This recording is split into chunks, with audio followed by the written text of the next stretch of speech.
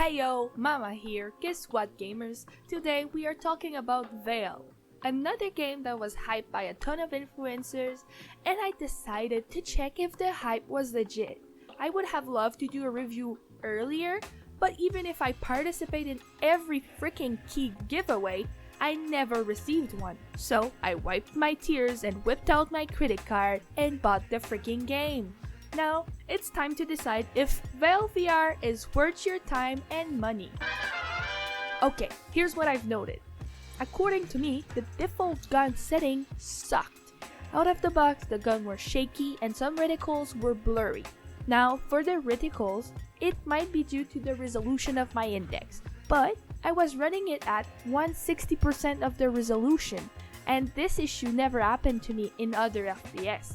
I know for a fact that I'm not the only one thinking that. Many other people complain about it in lobbies. So, I recommend you to spend at least 15 minutes in the hub to adjust the graphic, preferred loadout, reticle color, and even the control option. I personally enable the virtual stock, change the color of my reticle, and check if the movement settings were optimal for me.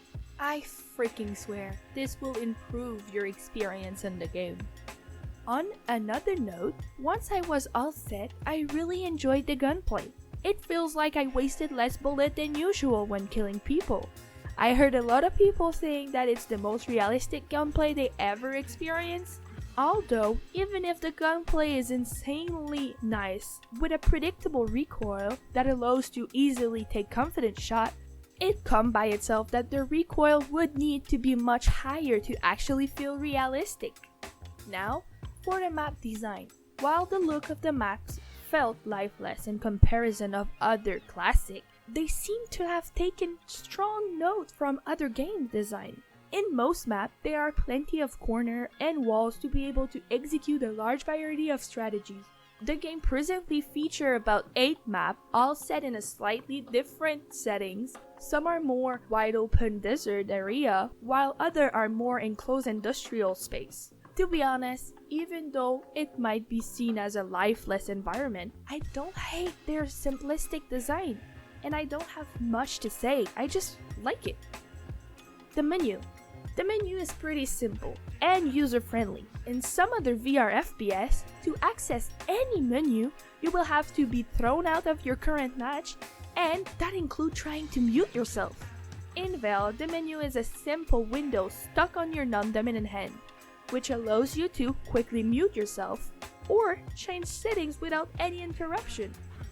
Performance and graphic.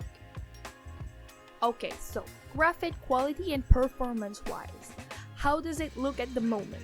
If you are looking for the next gen graphic, this ain't the game you're looking for. While the graphic looks good, it retains an insanely simple look which allows for a more stable frame time. Although, I've seen reports of poor performance from users with 3080s and 3090s graphics card, but it didn't seem to be the case for us. We both own a Radeon 6000 graphic card and we did not observe this issue. So it might be an NVIDIA problem, I don't really know. Now, if you have a less powerful PC, the game has FSR 2.1, which can improve your performance, and according to Maya, it works perfectly. Oh, and I almost forgot. It might again depend on the PC, but the loadings are turbo snappy, which isn't the case for most games, and it is the main reason why at the moment I see myself playing more Vail than Pavlov or Contractor, because I fucking hate waiting like a dumbass in a shitty environment. This detail alone really set the game apart from the competition as a more addicting experience. Anyway, another thing that I appreciate is that it is really nice to record with Live. It is insanely easy and the results are satisfying even though there's a strange bug that can occur with the camera when dying. In addition, the game straight up works with Pimax. I'm saying that because most games require mods or other workaround to be compatible with the Pimax. Now, here's the thing that made me skeptical about the game. According to me, the game was a bit overhyped by influencers. I mean, most reviews that I've seen on YouTube were sponsored by Vail. So, I don't know, it was just a little sus. And I've heard something like the game is revolutionary, which it is not. And don't get me wrong, the game is good, and I like the fact that for once you're not just a big American soldier. But I wouldn't go with the word revolutionary. Maybe I would go with the word new, because for once the lobbies are not full of Dust 2 games. In addition, their stupid NFT poo is just a big red flag for me. Not to forget that they marketed the game as a social experience / kinda metaverse or whatever, but I wasn't able to invite Maya in my homeworld or even the freaking game. This need to be fixed ASAP.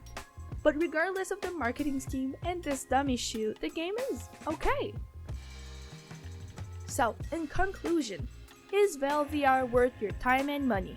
Well, to me, the game is more worth the time than the money since I love the gunplay and the quick loadings. Plus, for now, to my surprise, the amount of toxic interaction was pretty low. But due to its early stage, the quantity of content is still lower than the competition. However, if those inconvenience does not bother you, Vail might be a good game for you.